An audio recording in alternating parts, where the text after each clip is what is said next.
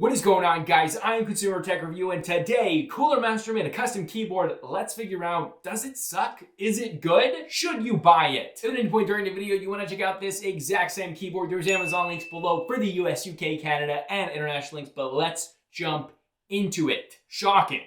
That is the single word I am going to use most in this video.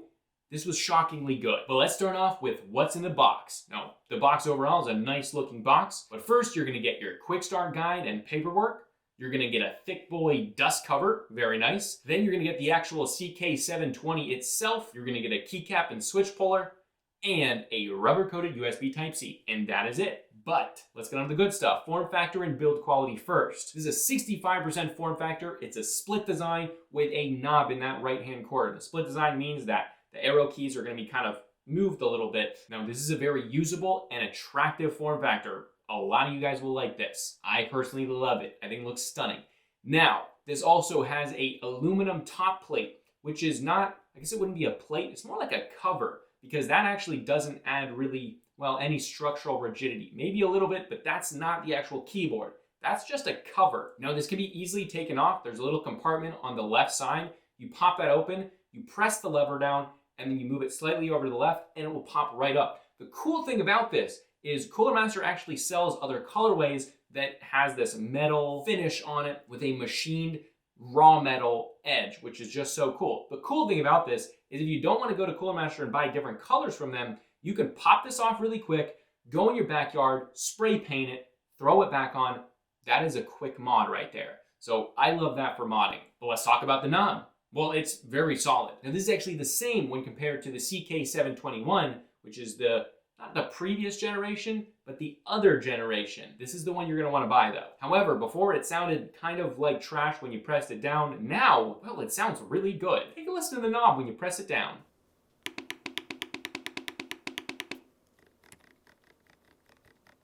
Now, for wobble, there is a micron of wobble. This is not quite on the level of Keychron's knobs, but better than most of the other ones. Realistically though, if you felt a knob, there's like basically no wobble. Tactility is also quite good here. Overall, I would say the knob feels very good. As a comparison, this feels better than the Acco Mod 007, the Melitrix Zoom 65, and the GMMK Pro. Now, when compared to Keychron's knobs, theirs are like basically perfect, and it's just a little bit more refined, but this is a close second. Now, for the bottom case, this is not made out of the most high quality plastic. It doesn't also look crazy or awesome, but that doesn't really matter because it's very, very solid. It's also definitely heavier than the previous CK721 because of, well, the dampening, which we're gonna talk about. I do wanna stress this does not feel like a cheap keyboard. This feels substantial and weighs in a little over 2 pounds. That's pretty good for a mainly plastic keyboard. Now, this uses a very solid and thick metal plate. It's quite rigid. That's kind of the thing that you're gonna get from this keyboard.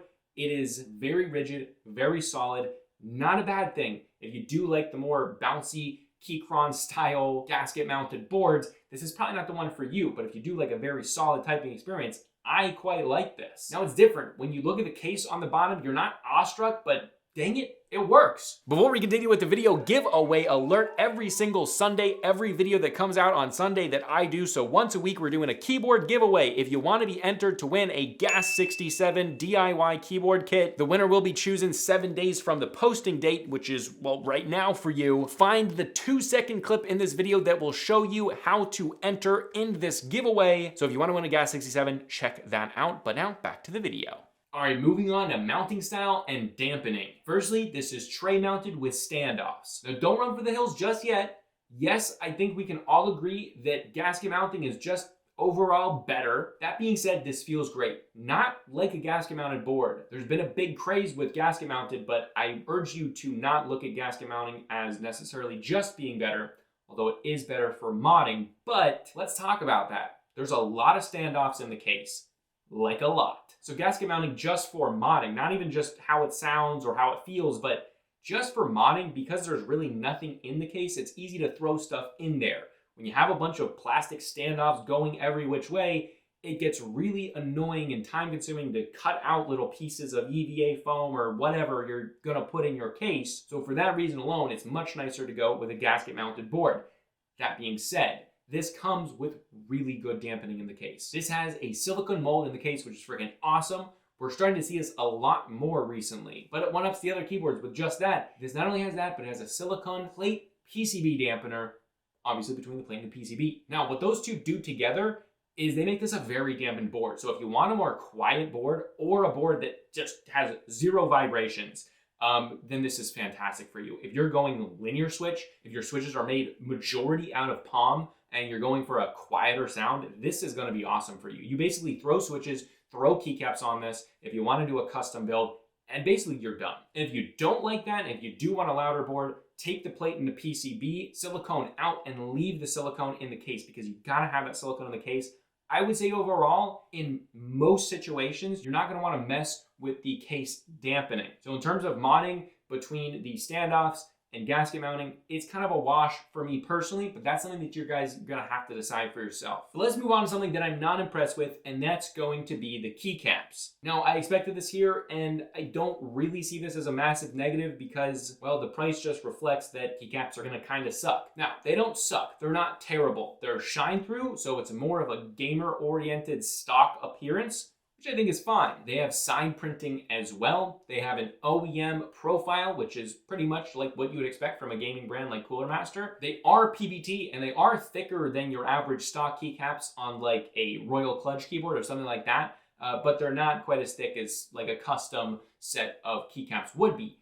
That being said, obviously in the game, Keychron has goodish keycaps, although they're probably the similar kind of thickness to these. The overall sound quality coming from the keycaps is not great with these, but Keychron is kind of the same there. Although Keychrons definitely look more like a custom because they aren't shine through, and these are definitely not on the level of something like Acco that has $60 keycaps, which they make themselves on their keyboard. But for a few reasons, I would probably pick this over, well, a Keychron board, an Acco board, many of them, because I believe that, well, it's a custom. This really is a custom, and if they could sell this as a DIY kit, that would be awesome. These keycaps are something that's gonna work for you when you're ordering your keycaps, you're waiting for the shipping to come in, you're gonna use this like they are, and then you're probably gonna take these keycaps off and never use them again. The printing is just about as inconsistent as you would expect from stock gaming shine-through keycaps. It's not great, but who cares? I will say also the shine-through kind of sucks. It actually decreases the brightness that the LED RGBs actually produce. So these just overall are not great keycaps. All right, let's move on to switches. But first, a message from today's sponsor. Thank you to Softwarekeep for sponsoring this section of the video. Are you looking for Microsoft or antivirus software keys, but don't want to go to those sketchy sites? Well, Softwarekeep is a Microsoft certified gold partner that only sells 100% genuine Microsoft software. Whether you're a PC or Mac user in need of Microsoft Office, Microsoft 365, Windows, or an antivirus software, Softwarekeep has you covered. They provide around-the-clock support from real experts before, during, and after the sale. You're always going to be talking to a real person. If any issues or questions arise, you can easily contact their knowledgeable support team using their 24/7 online live chat or even just call in. All purchases are safe and secure, and they're usually delivered within less than 15 minutes. And with my code CTR20, you can save 20% additionally on your purchase. Countless real customers have shared their 5-star experience with Softwarekeep's dedicated support and quality, ease to install software. So save yourself hours of hassle and go check out Softwarekeep down below in the links. Thank you again to Softwarekeep for sponsoring this section of the video, but now back to the review. All right, now switches, Hotswappability, and hot swap direction. Now for switches here, they're using Kailh Box V2 switches. You have a choice between brown, red, or white switches. Browns are gonna be tactile, reds are linear, and the whites are clicky. Now, I've heard a lot of really good things about the white switches, and not from like people that are new to the keyboard space, but actually like enthusiasts that like the white clicky switch. I personally have never used it, but it might be something that you might want to consider. I don't know. Now, I personally have the browns on here, and they were actually much better than I expected. They are 5-pin, and obviously they have a desk-proof style stem, which is, well, where they get the box name from. Stem wobble is very minimal, as you would expect from the whole box design. And the tactility is not like your average Cherry MX brown, which is kind of trash. This tactility is a little bit better. It's a little bit sharper and more closely related to maybe like an enthusiast tactile, but it's still scratchy, and it's just not, it just doesn't have the refinement that I want out of a switch. Even when compared to something like Acco's tactiles, and honestly, most of the budget good tactiles that are in that entry-level enthusiast category, most of them are just going to be better than these switches. But out of the box, way better than I was expecting. I would actually recommend that if you like tactiles, get the browns. If you like linears, get the reds, or maybe even the whites if you like tactiles. But I'm not sure. I haven't tried those. All that being said, I believe all of them are pre-lubed, but I don't know. I only know the browns because that's what I have in. The browns are pre-lubed, but big deal here is that I open these up, obviously, to check if they're pre-lubed and everything like that. These use a very, very weird design. I don't know if it's just for the tactiles, but it is like, it's so weird that you couldn't go in and hand lube them. I mean, you can see this here. If you are at home, do not try to open these switches up. They are not a classic style switch. You're not going to want to lube them yourself. That is kind of unfortunate. However, I think most of you will probably be swapping in your own switches. And that brings us, well, to the next point. Because the biggest critique of the CK721, which is the previous generation, was that it had a soldered-in switches. It did not have full hot-swappability. And that was the absolute biggest critique of that keyboard. A lot of people said they would love to get this keyboard, but it had to be fully hot-swappable. And guess what? They listened, which is sick. This is now fully hot-swappable with 3 and 5 pin switches, which is awesome. Now, as far as hot swap direction, it's still north-facing. Now, I'm going to kind of let this slide because Cooler Master is really new to the custom keyboard territory. That would probably be the only big thing holding this keyboard back. If it was south-facing, great. So if you're having cherry profile keycaps, the only real thing this is going to affect is if you're using cherry profile keycaps, you might have interference with some switches. Any other keycaps, the majority, you're probably going to be okay. So kind of a con, but that's something you're going to have to decide for yourself. Doesn't really bother me too much. At this point, there's an absolutely massive amount of budget, mid-grade, and very premium switches that you can use with north-facing cherry profile keycaps. Like a lot. So kind of an issue, but kind of not. But let's move on to the stabilizers. This was very shocking. Stabilizers are a really important part for a pre-build. This keyboard last time didn't really have the best stabilizers. They were definitely better than some other gaming brands, but when you're comparing it to other gaming brands, well, you know there's a problem there. Now, these are brand new stabilizers from Cooler Master. How are they? And let me just say, yeah.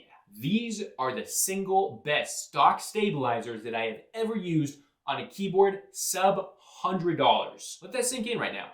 These beat Acco's purple stabilizers, and you guys know how much I love Acco. And I don't love Acco just because they're Acco. I love them because they're very consumer focused. They're very focused on giving an absolutely massive amount of value, but they're beat here. These stabilizers are really good.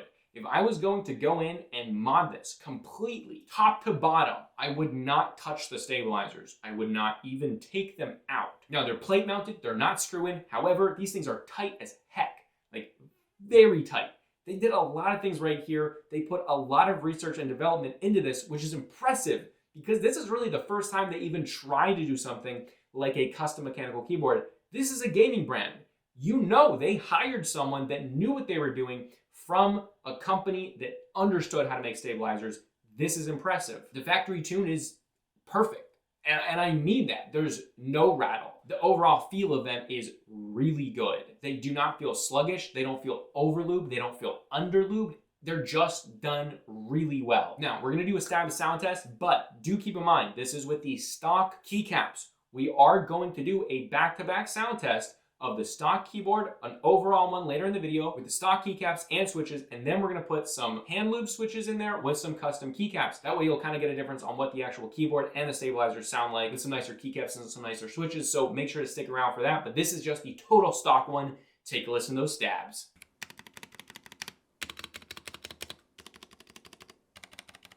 All right, but let's move on to typing, sound, and feel. Right after you got that little sound test, let's talk about the feel first, because that's going to be quick. This feels really solid to type on. And I do mean solid in terms of like solid. It's very solid. It's rigid, but in a good way. This isn't a gasket mounted board, so don't expect Bounce City here. It's all about rigidity. You're never tapping it, feeling any sort of vibration. If you've ever used a very budget keyboard like a stock Royal Clutch, you're getting vibrations when you're hitting it. It doesn't feel the best before modding. But this one has none of that, which again probably has a lot to do with that silicone just absorbing everything, which is great. It doesn't feel hollow whatsoever, and it never feels poorly built or poorly put together. Then the sound. Like I said before, very dampened, so if you do want a quieter keyboard, well, this is very quiet. Again, if you want to put palm switches in here, you can get a very quiet keyboard out of this with really minimal effort. If you want a louder board, I'd recommend leave the case silicone in there. take out the plate and PCB silicone, or leave it in there and just add PE foam, and add PE foam if you just take it out. That would be a good way to just get it louder very quickly. And honestly, that's pretty easy to do. Overall, the case itself isn't super unique sounding. It's kind of right there in the middle. It can go this way, super quiet, super dampened, super stealthy, or you can go the other way. You can make it loud, you can make it interesting. I really like this because it's easy to recommend it to a bunch of different people. That's one of the things I never really liked about Keychron. All of Keychron's boards were pretty hard to make sound loud. Even when I tried to get them to sound very loud, it was like kind of getting there, but never quite getting there. But for modders, this is great. You can go either way with this one. But I'm gonna let you decide for yourself. We're gonna take a listen to the stock sound with the stock switches and the stock keycaps. That is the Kailh Box V2 Browns. Then a sound test with hand loop Acco Radiant Reds with Drops DCX profile keycaps on it. Take a listen.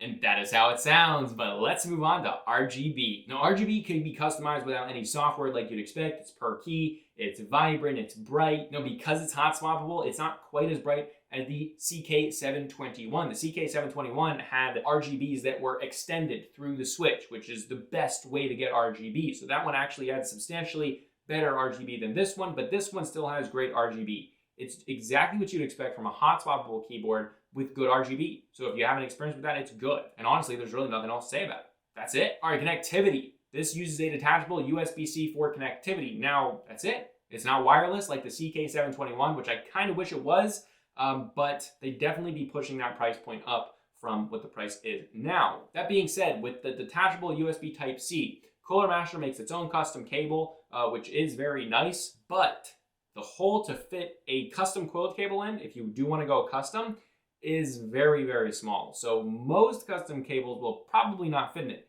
That being said, you could get an extender, a USB-C to USB-C extender to just bump it out like this much. Probably use any custom coil cable you want there, or you could just literally shave it out. That would be an easy way to do that. Now, one of the things I would like is if inside the case they had a daughter board. Unfortunately, there's no daughter board. You have the USB Type-C port literally directly on your PCB. That's something that in the future that they could do. I do want to say, I had a lot of criticisms about this keyboard as well as other people did, and I think they pretty much fixed most of it. Obviously, having a daughter board and things like that would be great, but overall, this is a huge leap. Okay, but price and value. This is a really important section. This retails for $99.99, so basically $100. Now, in that price point, you're competing directly with Keychron, and you're competing directly with Acco. Those are the two mains that I'm going to be talking about. There are some other ones like the TH66 and the TH88. And really in this space, it comes down to what you kind of want to do. This keyboard has very unique build quality. It's very different, and I really do like that. Modding it's a little bit different because you just take that plate off, you take your keycaps off, you unscrew it, and everything comes out. That's something unique. I really do like it. It has a different sound profile. And overall, even though it looks like your average custom, it's very unique. Probably one of the most uniquely designed keyboards that I've used. However, it does lack with not having south-facing LEDs. A year ago was an entirely different space, but unique build quality. Very solid build, fantastic dampening, fully hot swappable, and a great overall keyboard to mod and just play with. So do I recommend this? I absolutely recommend this. Do I recommend this over the 3068B, which is my classic, most recommended 65% keyboard? I'm gonna say for 50% of the time, yes. This was really difficult for me because overall, if I was gonna put my own keycaps and switches into this keyboard, I would prefer this over the 3068B, but the 3068B has really nice custom keycaps out of the box. Really nice switches, better than these. And it has full wireless connectivity, but I think this one is just so cool that overall, I would probably end up buying this one over the 3068B, but it all comes down to personal preference. Again, if you want to check it out, there are Amazon links below for the US, UK, Canada, and international links. I am super excited for what Cooler Master is going to do moving forward into the custom keyboard space, because they made a leap from a keyboard that was cool but just fell short every turn to a keyboard that is a very solid product that competes really with these other main established brands, which is very cool in the custom keyboard community. If they sold this keyboard as a DIY kit, I mean, it's fantastic. It's awesome. If they added south-facing LEDs, a daughter board, and possibly a wireless version of this thing would be unbeatable. Maybe not unbeatable, because I don't know if everyone would want this keyboard, but it's seriously awesome. And I'm really excited to see where Cooler Master goes in the future. All right, but this is a consumer tech review, and I'll see you guys in the next video.